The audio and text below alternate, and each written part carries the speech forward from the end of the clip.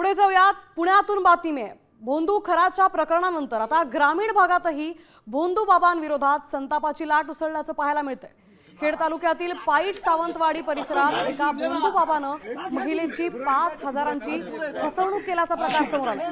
या घटनेमुळे संतप्त झालेल्या नागरिकांनी संबंधित भोंदू बाबाला चांगला चोप दिलाय। बुवाबाजी करणाऱ्यांचे धाबे आता दणाणले। थेट जाऊयात खेडमध्ये, त्या ठिकाणी आमचे प्रतिनिधी रोहिदास गाडगे उपस्थित आहेत। त्यांच्याकडून आपण याबद्दलचे अपडेट जाणून घेऊयात। खरात प्रकरणानंतर पुन्हा एकदा भोंदू बाबांच्या विरोधात नागरिकांच्या संतप्त प्रतिक्रिया बाहेर येत आहेत। पुण्याच्या खेड तालुक्यातील आदिवासी भागातील सावंतवाडी पाईट परिसरामध्ये भोंदू बाबांनी एका महिलेला 5,000 रुपये घेऊन तिची फसवणूक केली होती।